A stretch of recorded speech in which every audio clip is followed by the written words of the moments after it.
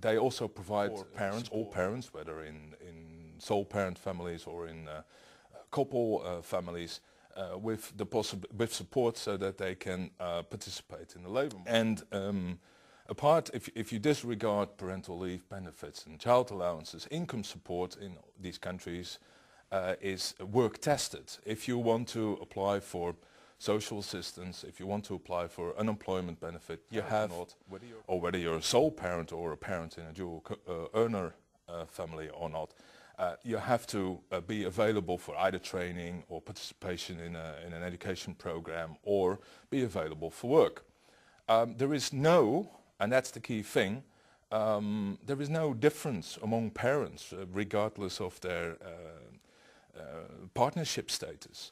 And policy treats everyone the same, in sharp contrast to policy in New Zealand, but also UK and Ireland.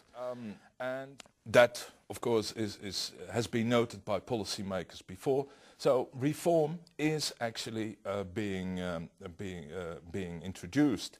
As I mentioned earlier on, Australia has reformed its parenting payment and introduced work tests for parents whose youngest child is 7, which is considerably lower than in 2005, as you can see on the chart.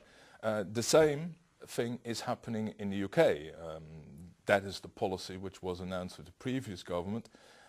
Of course, we have to wait and see what the new government, recently elected, will go and do, and also how hard this work test will be when it comes to case managers who have, if you read the current legislation, some discretionary power. You can see in which way reform is moving. Ireland and New Zealand have until now made very little change in this direction, and that, as you could have seen from the previous charts, has an effect on employment rates, and that also means that in future, with new clients or with future sole parents, the employment expectations may again be low. Just making income support contingent on looking for work or education participation is just merely punitive. You simply cannot do that. You have to come up with a system of supports for sole parents who have been on domestic purposes benefit, say for a very long period of time. You will have to invest in their employment skills and their labour market skills.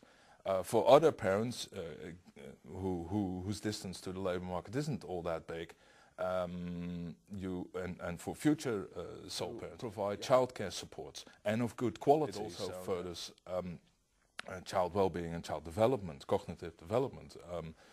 So, I mean, there's no free lunch in this. I mean, you have to, if you start considering introducing a work test, you have to ensure that sufficient investment in good quality childcare is available for all sole parents, for all parents on income support, and also for those sole parents who with the current system have built up a very long record outside the labour market. You have to invest in their labour market skills.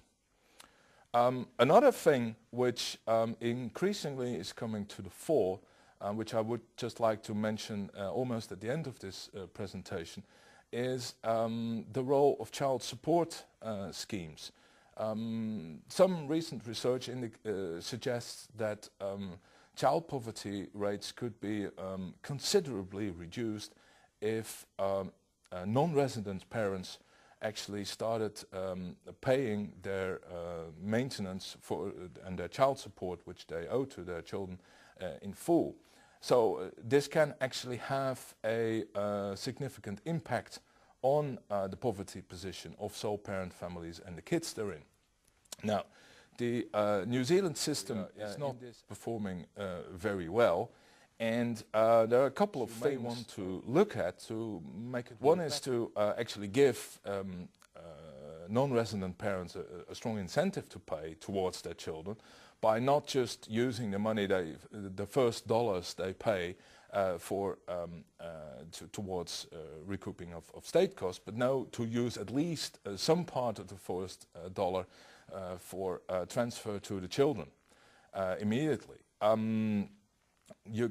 In coming to the maintenance payments, you may wish to look at the cost of children in a better way than at present, which in expenses, which may be for all the kids, but in terms of opportunity costs, in terms of times for caring, younger kids are quite time consuming. And you have to account for both of these factors while looking at reform of such a scheme. Also, the system was developed in a time where shared care arrangements were relatively uncommon. These are more and more becoming, well, I wouldn't say the norm, but they're becoming more and more frequent. So it's time to look whether the system properly reflects those outcomes. And as I said, a better functioning of the child support scheme could well have a significant poverty risk of sole parent kids in sole parent families. Some concluding remarks. I haven't discussed this in great detail, but or at all, I should say. Working for families, recent reform, I think, has strengthened the financial returns to work for most families, for all families. It's now time to look, I think, at the families who are not in work and focus on them. And domestic purposes benefit and its design, which has allowed for prolonged spells on, has contributed to reduced employment participation and elevated poverty risks for sole parent with their children, and therefore it is in need for reform.